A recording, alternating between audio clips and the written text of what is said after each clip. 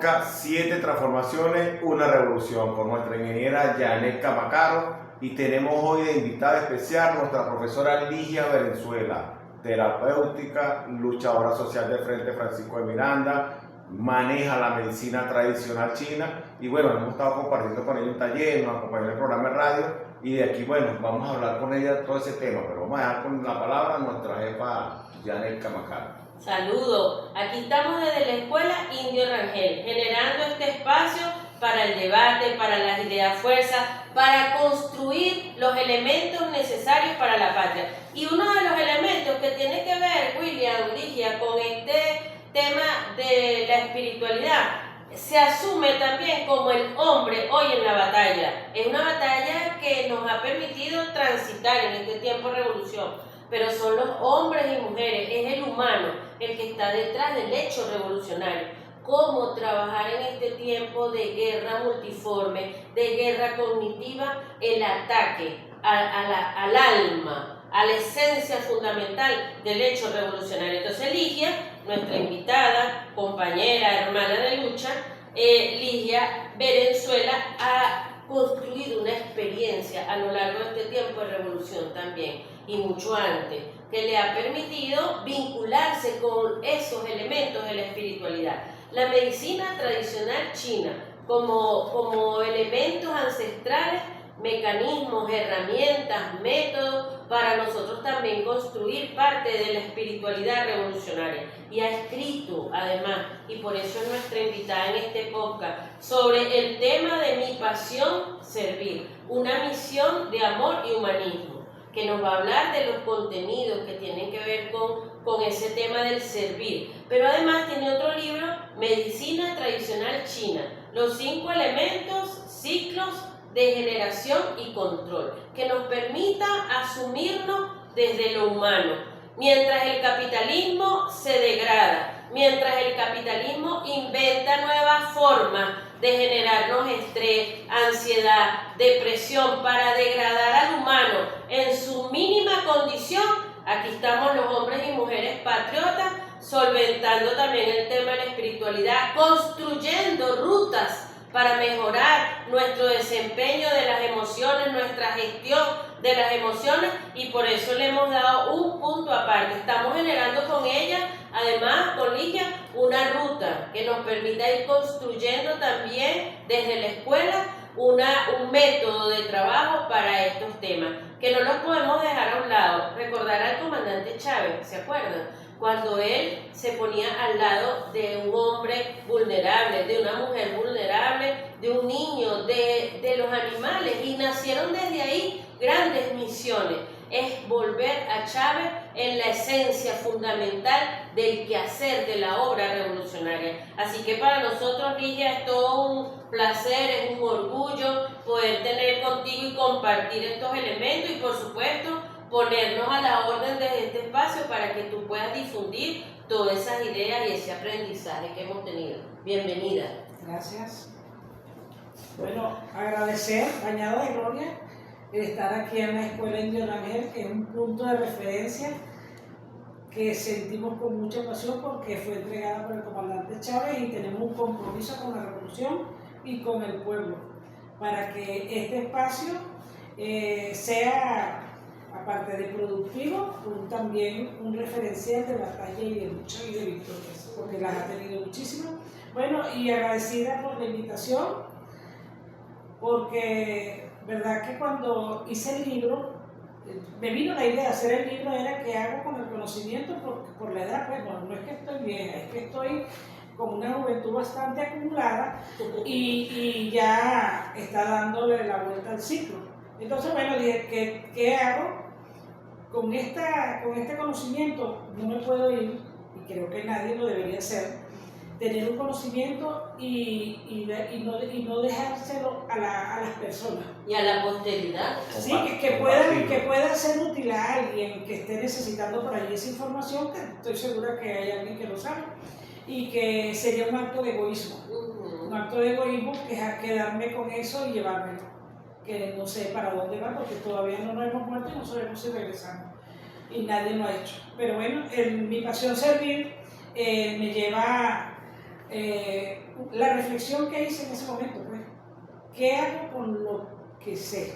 Porque ya que no podía pasar consulta, no podía prestar el servicio de acupuntura o de las técnicas de la medicina china por lesiones de caídas, ¿no?, que he tenido en las manos, aparte de la guerra económica que nos impuso el imperio norteamericano, que nos debilitó en el sentido de adquirir material para la terapéutica. Bueno, dije, se me vino la idea de escribir y dejárselo a las personas, porque en la práctica terapéutica muchas veces uno le daba alguna idea o le daba el conocimiento a las personas para que en un momento determinado, por ver un asma o un problema de salud que tenía, se pudieran ayudar aunque sea con masaje. Porque la idea de esa, la medicina china es una medicina humanística, es popular, que no es para enriquecerse.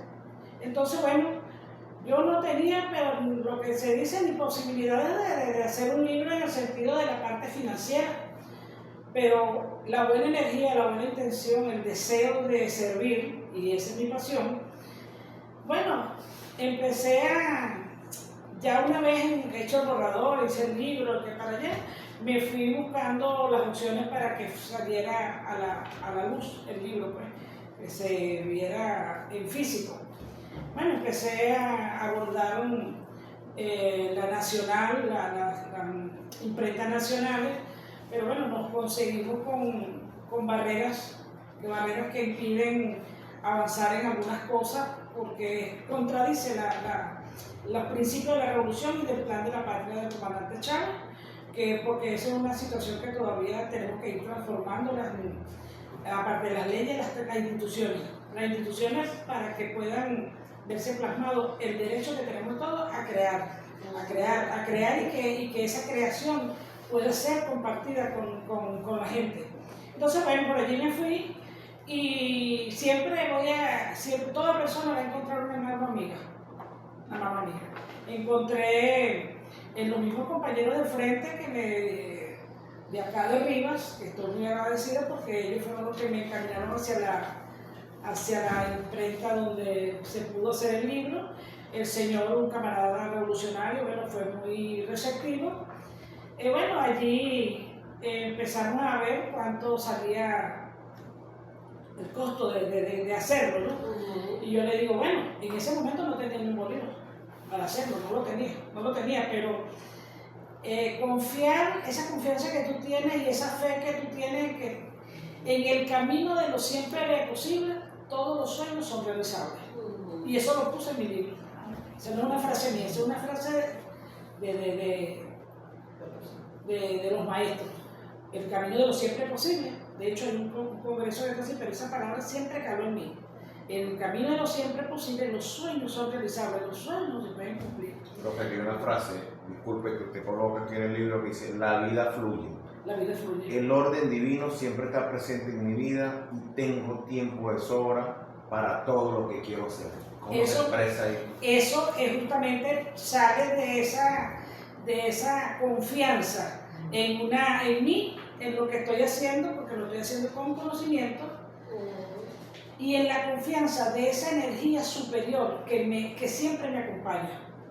Que siempre me acompaña, que somos seres energéticos, somos un microcosmos de ese cosmos que es energía también. Entonces somos seres energéticos que, en la medida de que somos la confianza y la fe que tenemos en lo que hacemos, entonces allí, bueno, las cosas se dan sin estar, como se dice, obligándolas. Se dan solas porque te corresponde por ley divina, porque ahí no hablamos de leyes humanas, sino leyes divinas. Son energías que te cubren en ese momento, y bueno, y la mayor energía que me cubrió en ese momento fue mi madre, que está fallecida de hace ya 14, 15 años, y bueno, ella sabía cómo yo pensaba, cómo actuaba y cómo era. Y bueno, y la tengo presente cada día, y es así como que la última conversación fue el día anterior. Y yo creo que ese amor hacia Panchita, pues, yo le decía Panchita, ella llama Francisca, le decía Panchita, ese amor hacia Panchita, creo que ella de donde estaba siempre me ha protegido. Y el día siguiente me llama una de mis hermanas, que una de las casas que mamá dejó, la vendieron y me tienen el dinero. Pues el dinero era justo lo que necesitaba. Llamo al de la editorial y le digo, señor, ¿cuándo puedo ir para allá para que hablemos de los detalles?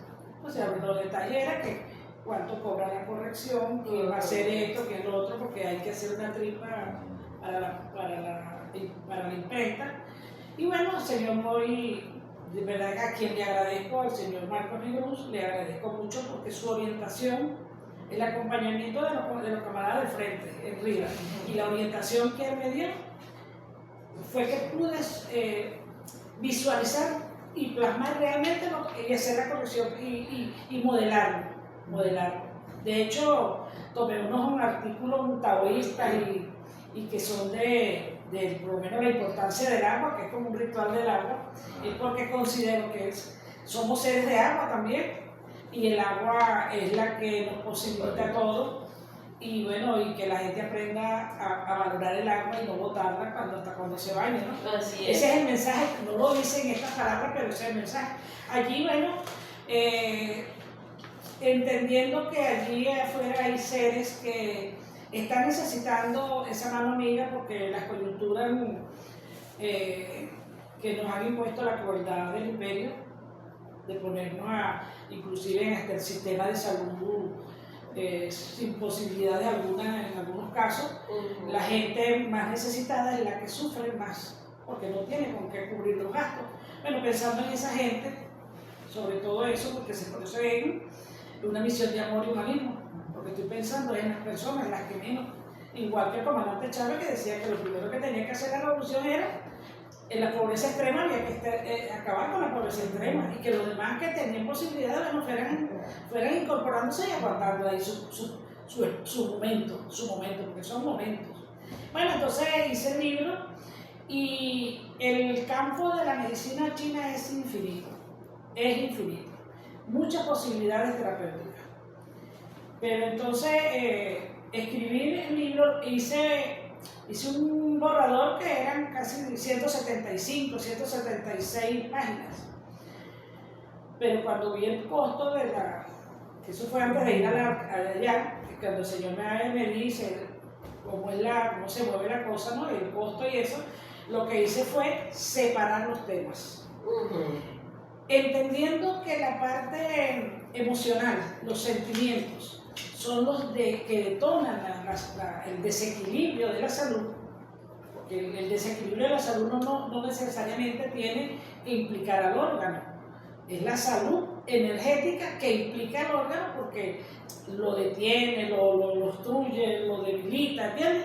Entonces, bueno, en ese sentido yo lo que hice fue, bueno, buscar en ese universo de posibilidades energéticas, que son los puntos de acupuntura, cuáles podían ser manejados por la propia persona, pero que también por su reputación y trayectoria terapéutica y comprobada pudiera resolver hasta situaciones, desequilibrios, sobre todo los equilibrios emocionales, porque los sentimientos son los que al alterarse desequilibran la salud.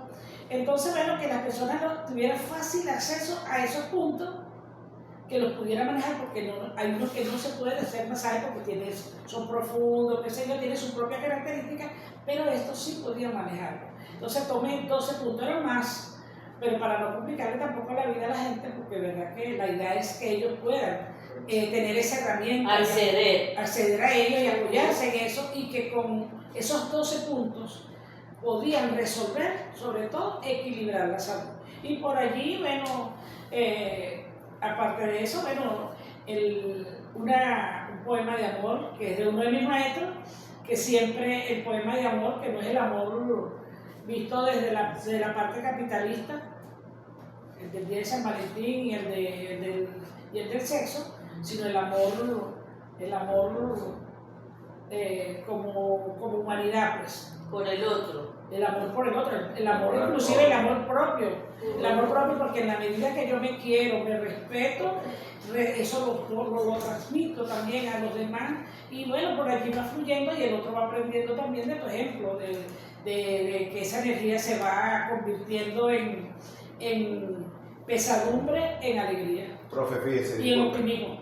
Aquí dice usted, según los textos antiguos, se dice que tenemos tantos puntos energéticos en nuestro cuerpo como estrellas en el cielo. Por eso usted hace una selección de algunos puntos. Sí, fíjate, allí hay texto, por lo menos lo más obvio todo eso que escribieron, los que los escribieron no fueron los maestros dejaron ¿cómo decir?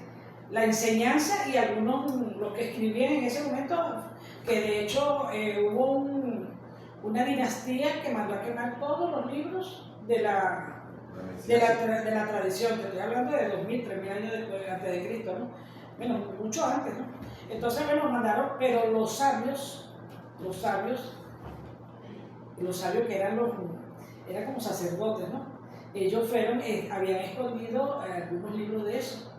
Y algunos de ellos fueron ajusticiados por eso, pues, por la desobediencia que tuvo para el emperador, pero sin embargo quedaron algunos por allí.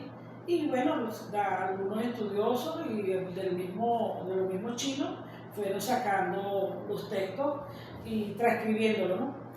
De la mejor manera posible, porque por lo general a veces entre transcripción y transcripción se va perdiendo un poquito de lo que hicieron ellos en ese momento. Bueno, entonces en la medicina china se dice que tenemos tantos puntos en el cuerpo energéticos como estrellas en el cielo, porque se habla de más de 750 puntos. En los 14 canales hay aproximadamente 365. Estamos hablando de muchos puntos. Y de hecho, de esos puntos, la energía está analizada por canales de energía. Tenemos canales de energía donde se transitan esos puntos que, por supuesto, están identificados en alguna parte de nuestra anatomía, interna o externa, ¿entiendes? Y tenemos, 12 canales con los órganos y vísceras, ¿verdad? 12 canales. 12 canales. Entonces hay 14 porque hay 2 que no tienen asiento orgánico.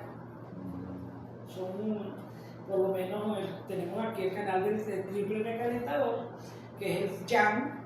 El yang es un yang de, como decir, de protección. Protege sobre las epidemias, lo externo, ¿me entiendes? Y está el maestro del corazón, que también es el que protege al pericardio, que él es el pericardio, al corazón, de que no sufra daños porque es un filtro para los sentimientos. Y tenemos 2 canales que no tienen vísceras, que son el que va por la parte de adelante y uno que va por la parte de atrás. Este se llama vaso concepción y vaso gobernador. O sea, que es el que sostiene la estructura. El de atrás sería el yang y es la parte yin, porque la filosofía china maneja la ley del Tao, que es el yin y el yang, que está en todo lo que existe. Entonces, nosotros también tenemos una parte yang y una parte yin, una parte yin y una parte yang. O sea, para todo se maneja eso. Allí, una de las cosas que recomiendo, el libro, porque verdad que cuando me entrevistaron en Caracas, cuando lo fui a registrar, no soy escritora reconocida, soy un ciudadano del pueblo que fue para allá a hacer algo, involucrándose en algo que metiéndose en camisa de 11 horas que no conocía, como dice el dicho, ¿no? Entonces, me hicieron una entrevista allí. Yo le dije, mira, la idea es, ahí lo dice, mi pasión es servir, no estoy pensando en ganancia. Si tiene una ganancia en alguna oportunidad, bienvenido sea, porque me ayuda a cubrir los gastos y la inversión que he hecho.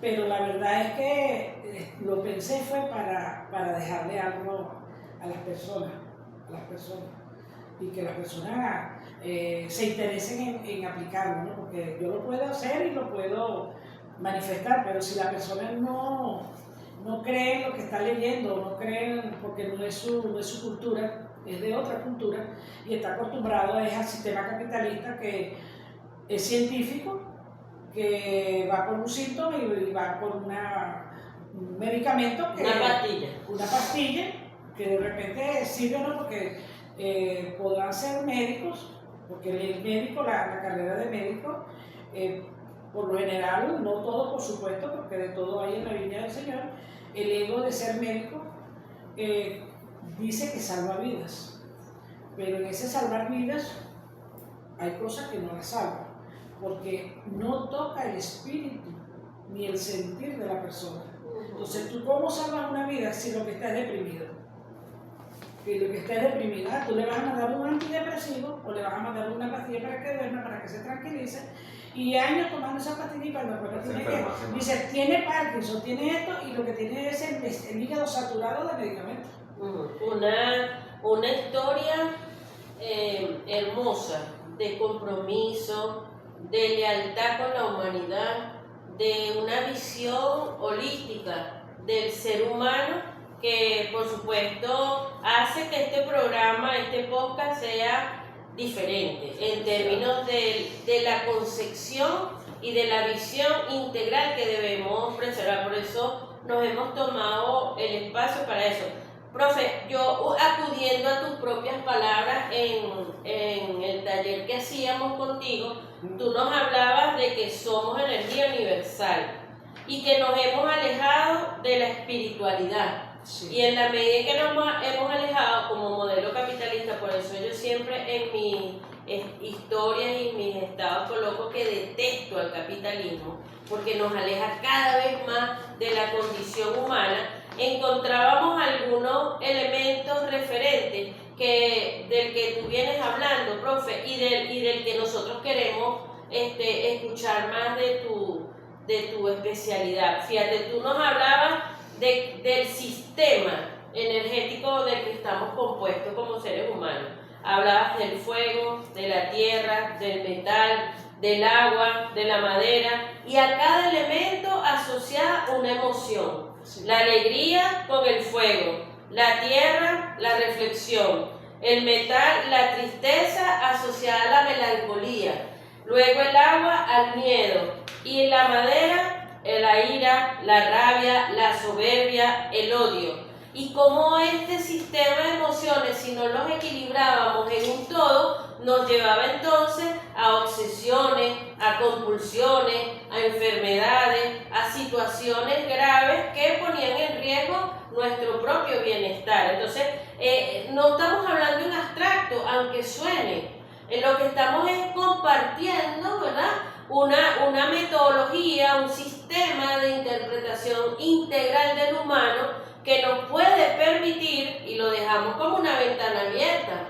para la interpretación, para el análisis, que nos puede ayudar a interpretar este momento de la vida de los hombres en esta humanidad de hoy, cuando hay un imperio que cada vez se degrada más, en unas situaciones, bueno, por ahí han salido develados los documentos de Einstein, donde este hombre no es solamente el que llevó adelante la degradación, sino cómo la oligarquía hoy se comporta en el mundo, se cree dueña de los derechos de poder atropellar a las mujeres, a los niños, a todo aquel que en su propia necesidad material no encuentra respuesta sino el entregar su cuerpo, su alma, su destino a una oligarquía que compra todo, que cree que todo se puede comprar, menos la dignidad. Nosotros en esta revolución decíamos en la radio que hemos construido, tenemos un proyecto nacional Simón Bolívar que debe envolver la condición humana, de manera que nosotros podamos reproducir efectivamente, como es una de nuestras tareas, reproducir el hecho revolucionario, la causa revolucionaria en todos los hombres y mujeres de bien. Entonces, ¿cómo estas emociones, profe Ligia, nosotros, cómo gestionarlas? A partir de la medicina tradicional china, que como tú bien indicas, se trata de reconocernos a nosotros mismos y no imbuirnos en el hecho de que estamos enfermos, sino más bien cómo sanar. Podemos sanar, autosanarnos nosotros mismos con la condición de reconocernos en ese sistema integral humano que somos? Bueno, pienso que sí, y la muestra está, ya tenemos bastante muestra de que sí es posible. Fíjate que el conocimiento libera. El conocimiento libera, porque en la medida que tú vas asumiendo, conociéndote, conociéndose cómo se mueve esa energía dentro de tu organismo, qué efectos al estar desequilibrada, qué efectos produce y qué daño te estás haciendo tú mismo, bueno, es un acto de reflexión y de confianza hacia ti mismo el querer transformarlo, porque tenemos tantos dones que somos capaces de transformarnos nosotros mismos en lo que queremos, inclusive, porque se trata inclusive del problema de voluntad, ¿no? Así de es. voluntad. Y tú decías, profe, el tema de la actitud ante las emociones. La actitud con P cuando nos hacemos conocedores de lo que somos y cómo tenemos las emociones y cómo las gestionamos. Y luego hablabas de la actitud en términos de elevarnos en conciencia, en moral, en espiritualidad, para hacernos hombres y mujeres de bien. Entonces ahí me acuerdo, tú hablabas y yo me acordaba del comandante Chávez, cuando él decía te amo, o cuando un hombre le gritaba a Chávez te amo. Era el amor expresado en todas sus dimensiones, es el amor por el otro, como tú decías hace rato, es la capacidad de vernos en el otro, de crecernos en el otro, de asumirnos en el otro. Y esa es una tarea profundamente humana, Sí. que nos hace libres, como dices tú, nos hace libres porque nos sentimos útiles en la medida que liberamos al otro de esas cadenas que no están ahí físicamente, pero que están en la mente, que están en el alma de los hombres, que también están en la sociedad que interviene hoy. Profe, dos cositas. Primero, hizo la tarea. Sí. Se vio que estaba Yo estoy estudiando el libro de la profe. Estoy estudiando. Se ve que lo está estudiando, ¿eh? Bueno, Mira, una cosita ahí. Porque... te iba a contestar. no, contéstele porque quiero meter un piquetico aquí de comandante Chávez. Dele. Bueno, Lo tengo anotado. Me hablabas de cuando la gente le dice a Chávez que lo ama. Sí. Bueno, fíjate, ahí hay una diferencia de amor. Fíjate, el amor, porque es de un espíritu comunicándose con el otro espíritu. Es un amor espiritual. Y en el mundo capitalista el amor es más carnal, pues es más ligado al deseo. Sí. Al deseo. Entonces ese amor es espiritual, es el espíritu comunicándose con el otro espíritu. Imagínate lo maravilloso, por lo menos yo tomo, de hecho inclusive escribí una notica a alguien cuando el tema de nuestro presidente cuando lo secuestran y Siria asume, es que esos son dos espíritus que se están complementando. Ahí hay un amor verdadero. Así es. Entre Siria y el presidente Maduro hay un amor verdadero, un amor espiritual que nace desde el espíritu. Aparte de tienen su compromiso de años de estar De vida, de complementarse en la tarea política, X. Ahí está el yin y el Pero yang. ahí está el Tao manifiesto. Está el yin y el yang. Muy bien, excelente. Y un yin y un yang bien equilibrado. Tan equilibrado que con la dignidad y la entereza con que él asumió cuando llegó a los Estados Unidos, eso no es cualquier cosa. Yo estoy bien y venceremos. Y venceré. Ahí nos habló. Orgulloso de nosotros de venezolanos de tener ese par de seres maravillosos que nos guían. Si nos van a dejar hablar, que no me inviten, pero... Bueno, William, te damos Te damos el derecho de palabra, William. La Jin, vamos a darle el permiso que haga. No. La Jin, damos el permiso que haga. Aquí, tú sabes que en la sede de Gato Negro teníamos un pensamiento del comandante Chávez que, por supuesto, a mí se me quedó siempre en el alma y en el corazón y lo hacemos en la práctica, porque con la revolución se ha hecho muchas obras materialmente hablando. Y a veces hubo un momento de la revolución que tuvimos que dar un sacudón porque hasta el mismo comandante Fidel nos hizo un llamado de atención. A 10 años de la revolución decía, mira, la revolución ha hecho en 10 años lo que no ha hecho ningún gobierno del mundo, ni mucho menos en Venezuela. Pero hay que revisar eso para que no se convirtiera solamente en material. Hay un pensamiento del comandante Chávez que tiene que ver precisamente con lo que usted está expresando ahorita, el tema que estamos conversando hoy, ¿no? De mi pasión servir, pero del humanismo, del amor. Y el comandante Chávez dijo para ese momento, dijo, no es la plataforma lo que debemos cambiar, es al hombre. Empecemos por nosotros mismos, dando ejemplo que estamos impregnados de la nueva idea. Por eso es que cuando el comandante Chávez empezó, que nos decía, que nos dijo esto, también nos decía que debíamos atacar la pobreza desde la espiritualidad. Porque cuando no se atacaba de la espiritualidad, la gente no saciaba sus ansias de deseo materiales, que nunca la vas a llenar si no estás impregnado espiritualmente de la nueva idea, de lo que estás construyendo realmente, de lo que tú crees. Nosotros creemos una idea, en un proyecto. Nosotros creemos en este proyecto. Y a través de este proyecto nosotros estamos trabajando para la construcción del socialismo. Pero no lo trabajamos por temas salarios, sino que lo trabajamos en el espíritu del alma, porque sabemos que estamos construyendo una nueva patria. Entonces, por supuesto, el comandante Chávez en este pensamiento cabe totalmente este tema, pues. O sea, tienes que estar impregnado de la nueva idea, y si nosotros somos los primeros que somos parte de la vanguardia, tenemos que mostrarlo en el accionar cotidiano. Y eso me trae a votación lo que usted nos decía también ahora, pues como servidores tenemos que servir, valga la redundancia. Porque no, usted pone el ejemplo, por ejemplo, una secretaria que está atrás de un escritorio y de repente entonces está ahí pendiente del teléfono. La gente me recalcaba en estos días esto, el tema de la indolencia. Que de repente tienes unas personas, hasta mayores, una cantidad de personas en cola esperando, pero tú estás atendiendo una llamada, que estás hablando con X personas que puede esperar y tienes a la gente allá afuera. Lo espiritual tiene que ver con todo esto que estamos haciendo, y por supuesto este gran aporte que usted hace en este libro, más ese taller que veíamos hoy, que lo conversamos ahorita fuera de cámara, cómo la gente se quedó más tarde, una hora, duramos casi 2 horas, y la gente se conectó con este tema, que nos hace falta porque ciertamente estamos viviendo un embate fuerte del capitalismo en su fase ahorita de declive, pero que nos afecta, pues, y que si no alimentamos el alma, si no alimentamos el espíritu, si como vanguardia no impregnamos al colectivo de esta nueva idea, bueno, hay que hacer esta tarea, pues, para que no nos quedemos ahí. Bueno, fíjate, el comandante Chávez no por cualquier casualidad es el tirano, porque era sabio, era un sabio.